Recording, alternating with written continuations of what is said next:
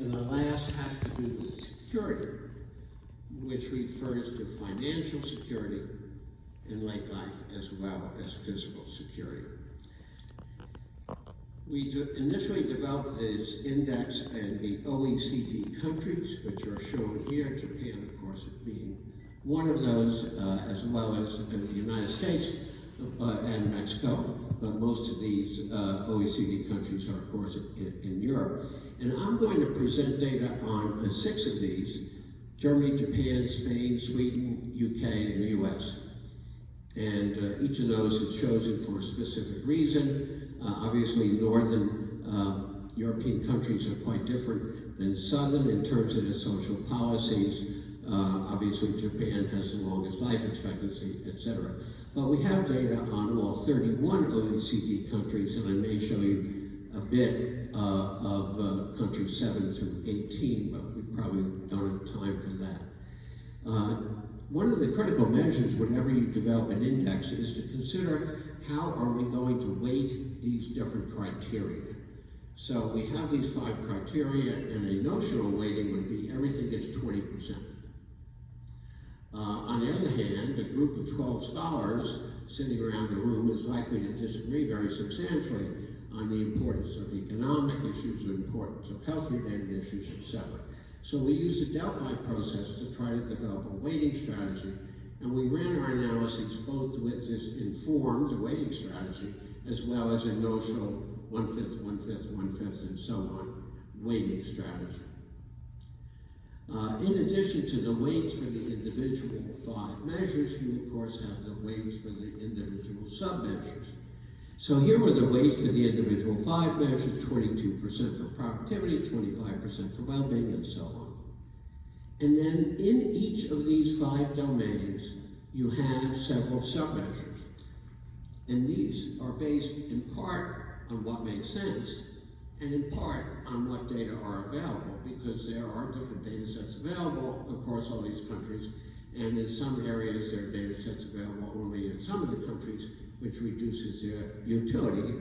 So to give you some details about this specific domain, productivity engagement, there was labor force participation for people over age 65, effective retirement age, time spent volunteering.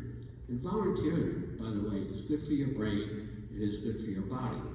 I think in old age it's probably just as good as some of the nutritional advice that was very interesting that you've just gotten. But I don't think those studies have been done. And retraining, non-formal education for people aged 55 to 65. So for each of the major 5 domains, we have several subdomains, and of course we have to have a weighting strategy with respect to those subdomains.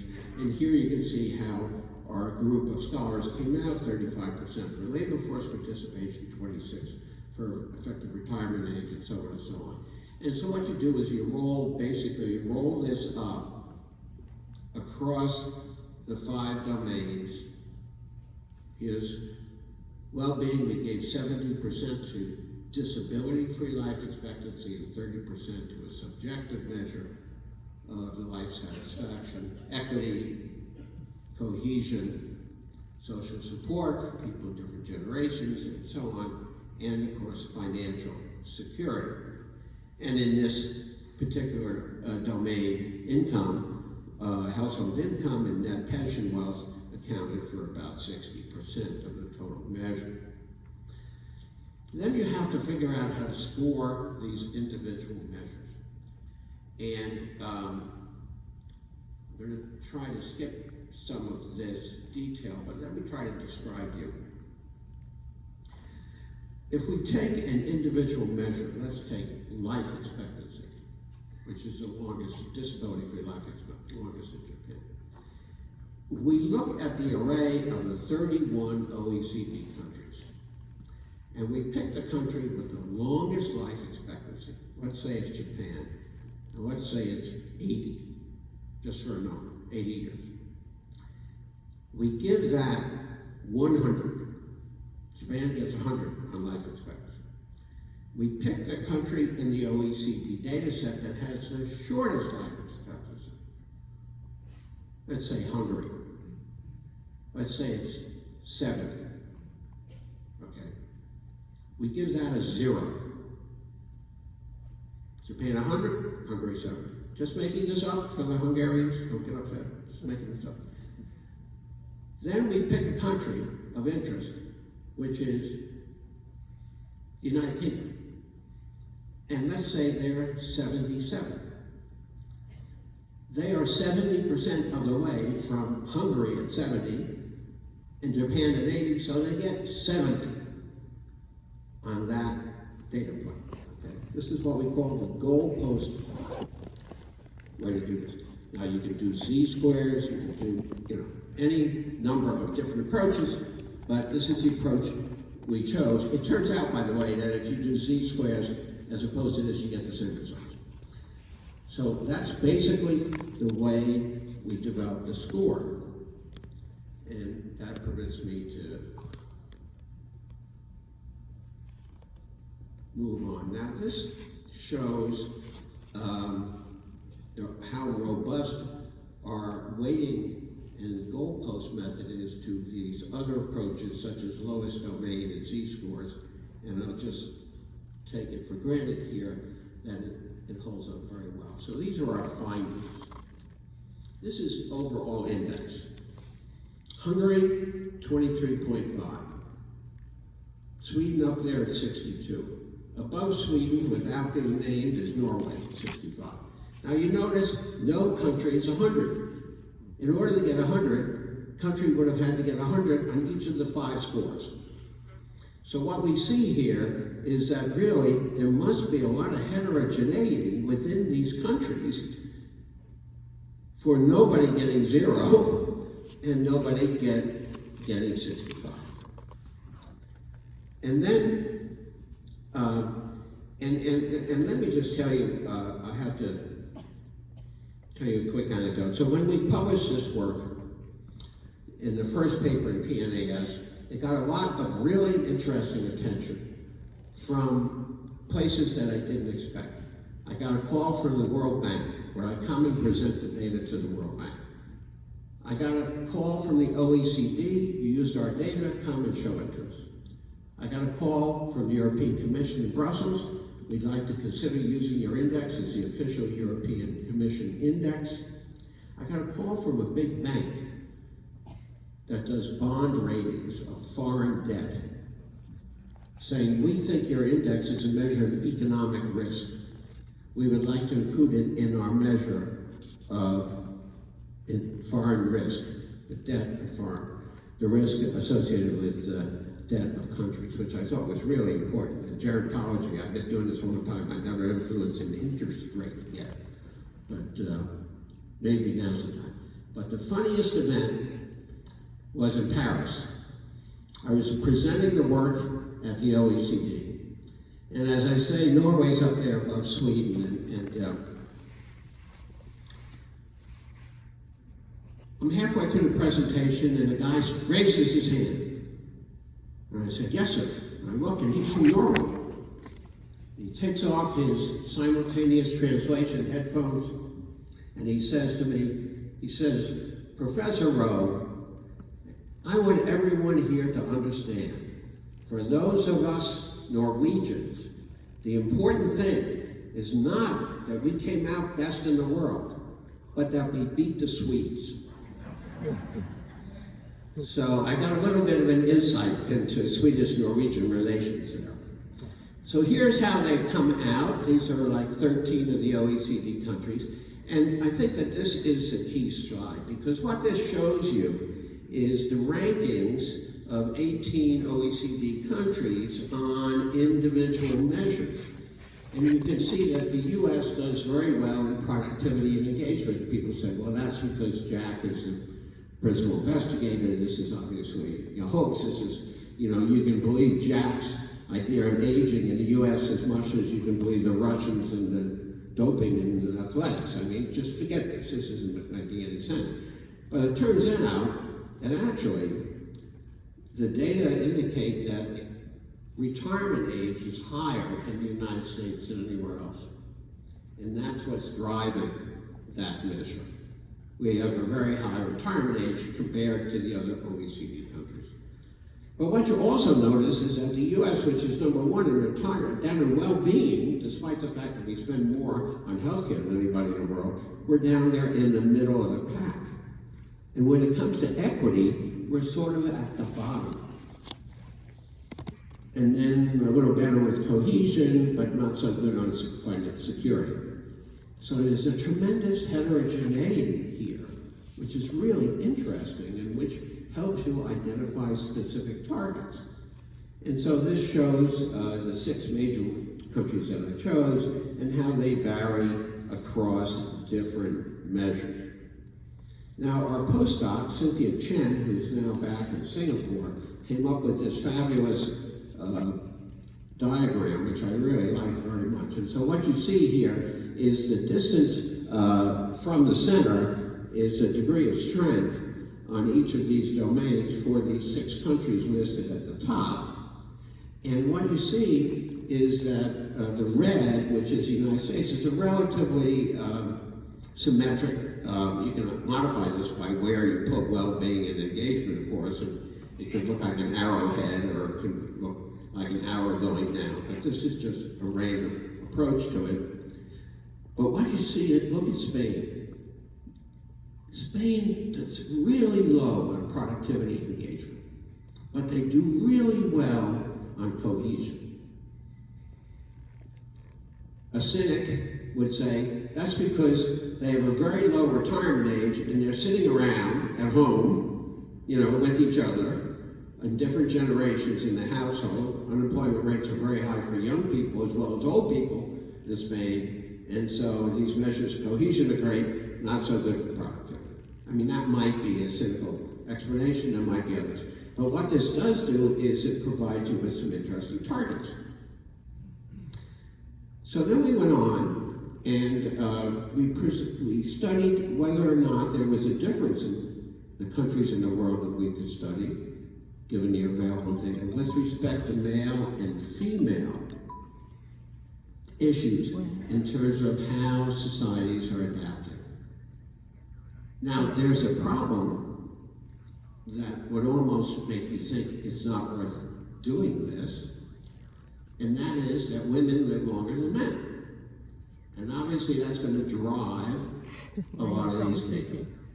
And here is the healthy, that is disability-free life expectancy at age 65 for males and females across these 13 or so countries. And what you can see is the life expectancy, which is the shortest in this group for females, is as long as the longest for the group in males. Very substantial, systematic difference in every country in life expectancy. So how to deal with this? So if we look at the difference in just productivity and engagement, what we see to the right is in favor of males, and to the left in favor of females. We broke all the data from all these different domains into males and females. We were capable of doing that. All the surveys indicate gender, and it turns out that it's much higher for men. Well, of course it's higher for men in productivity because men are more likely to be in the workforce than women.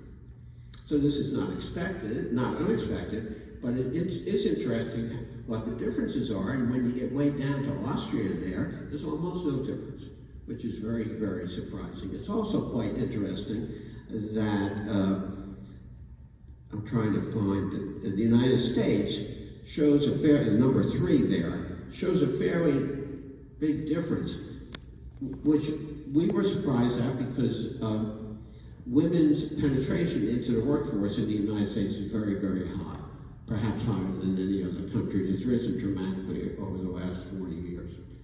So there's productivity engagement. Here's equity, much more in favor of men than women, except in Denmark. Interesting. And here's security. And of course, this relates to pensions, which men have more of than women because they've paid into those systems or worked longer. And here's well-being, and not unexpectedly, you see that women do better because 7/10 of this measure is weighted toward life expectancy. So we created a new measure, and we said in order to normalize for the increased life expectancy of women, what we're going to do is we'll take whatever the life expectancy is, and we'll take what portion of it is healthy life expectancy. So what portion of it, whether a woman has 18 years, a man has 16 years, well, how many of those years are healthy life expectancy? And when you do that, things change. And you go from this to that, which is a very interesting finding. And it's interesting that it is not consistent across all countries, and that in Poland and Japan and the US, women actually do a little better, but in other countries, women do much less well. And you could have a conversation and write a few papers about why that might be, and particularly why things are going well in Ireland.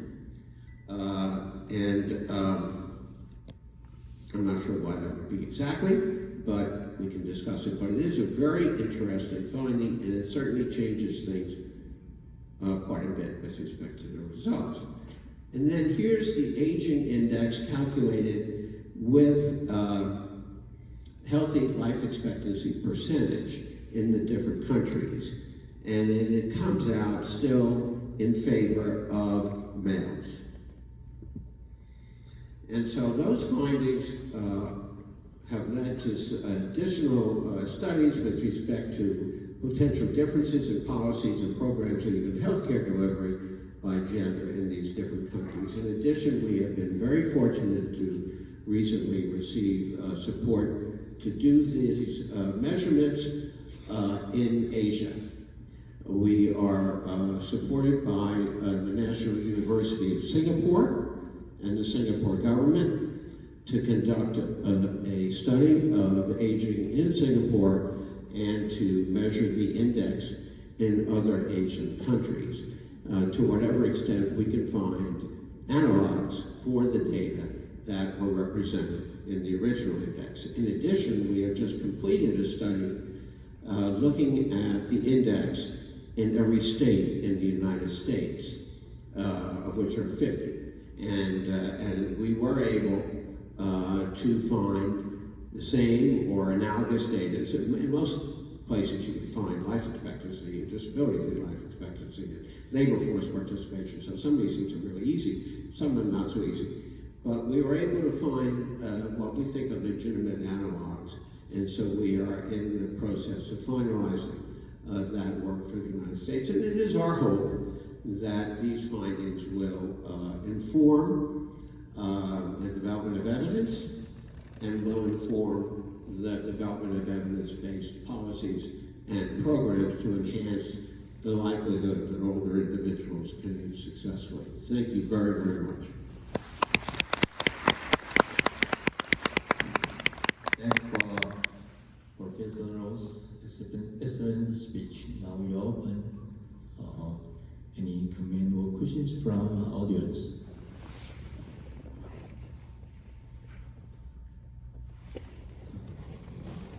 Excuse me, do you have the data of Taiwan right now?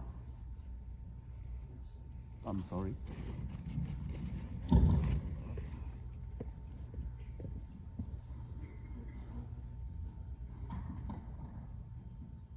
Excuse me, do you have data of Taiwan right now? The ranking of Taiwan. I think that's all OECD country, not include Taiwan. Maybe we can have the index too. The question has to do with Taiwan, and we don't yet have those results because it's not the OECD data set, but we expect that given what we know about data in Taiwan, it will be available for us to make those calculations. Yeah. Anything further? Again, Dr.